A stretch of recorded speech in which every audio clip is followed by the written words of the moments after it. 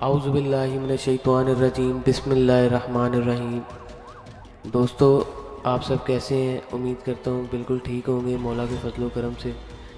دوستو، پچھلے دنوں یہ ایک بڑا دل افروز واقعہ پیش آیا پارا چنار میں، جو کہ آپ سب کی نظروں سے لازمی گزرا ہوگا کہیں نہ کہیں، نیوز چینل میں، فیس بک پہ، ہیڈ نیوز میں۔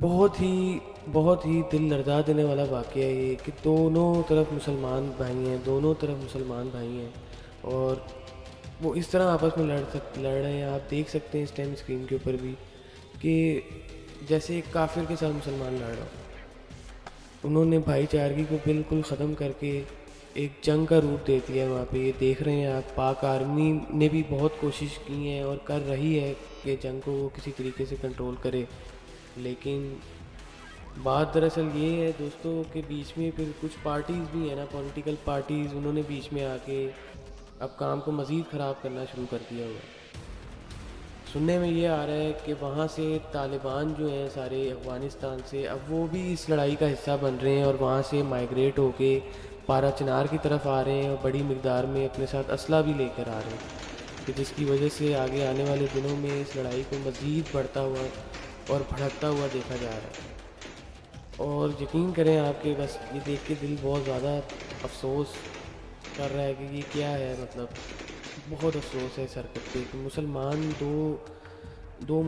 دو نہیں ہوتے، وہ ایک ہی ہوتا ہے، بھائی ہوتا ہے ایک مسلمان دوسرے مسلمان کا۔ بے شک ہم فرقہ واریت میں رہتے ہیں یا جو بھی ہے، لیکن ہم ہیں تو سب ان دی اینڈ مسلمان۔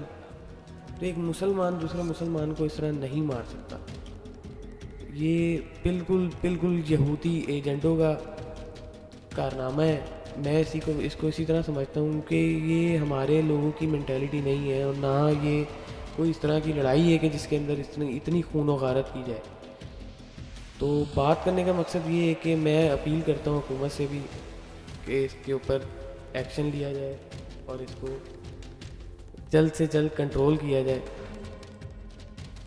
ایک بات دوستو میں بھی یہاں پہ واضح کرنا چاہوں گا، اب اگر ٹی ٹی پی کی طرف سے کسی بھی قسم کا کوئی مزید خون بہایا گیا یا انہوں کی فورس آ کے انہوں نے دوبارہ شیعوں پہ کسی قسم کا حملہ بولا، تو میں ان لوگوں کو خبردار کرتا ہوں اور ان لوگوں کو یہ میں وارننگ دیتا ہوں کہ یہ ایک شیعوں کو اکیلا مت سمجھیں۔ شیعہ جب اکٹھے ہو گئے نا تو پھر ان لوگوں کو بھاگنے کے لیے جگہ کوئی نہیں ملنی ہے۔ لیکن میں نہیں چاہتا کہ ایسا کوئی بھی بات یا ایسا کوئی بھی سین کریٹ ہو، ایسی کوئی بھی بات ہمارے ملک میں آگے جائے، میں دل سے یہ کبھی بھی نہیں چاہتا۔ تو میں اسی لیے ان سے بھی گزارش کرتا ہوں، ان سے ریکویسٹ کرتا ہوں کہ بھائی خدا کا واسطہ ہے، تم نے جس خدا کو تم مانتے ہو تمہیں اس خدا کا واسطہ ہے کہ قتل و غارت سے باز آؤ، وہ بھی ہمارے مسلمان بھائی ہیں، تم بھی ہمارے مسلمان بھائی ہو، ختم کرو اس قتل و غارت کو، تاکہ ہمارے مزید مسلمان بھائیوں کا خون نہ ضائع ہو اور نہ کسی بہن کا بھائی، کسی ماں کا بیٹا اور کسی بیوی کا شوہر اس سے جدا ہو۔ السلام علیکم ورحمۃ اللہ وبرکاتہ۔